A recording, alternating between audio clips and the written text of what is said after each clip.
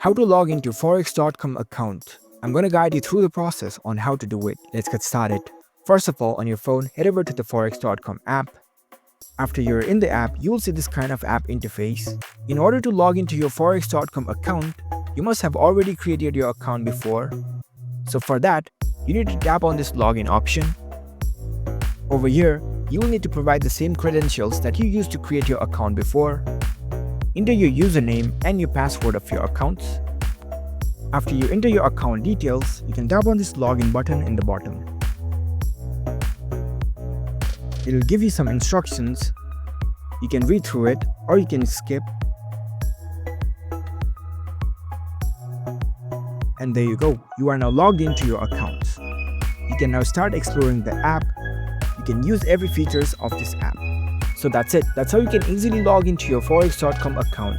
If you found this video helpful, don't forget to give this video a thumbs up and subscribe to our channel for more tech tips. Thank you for watching.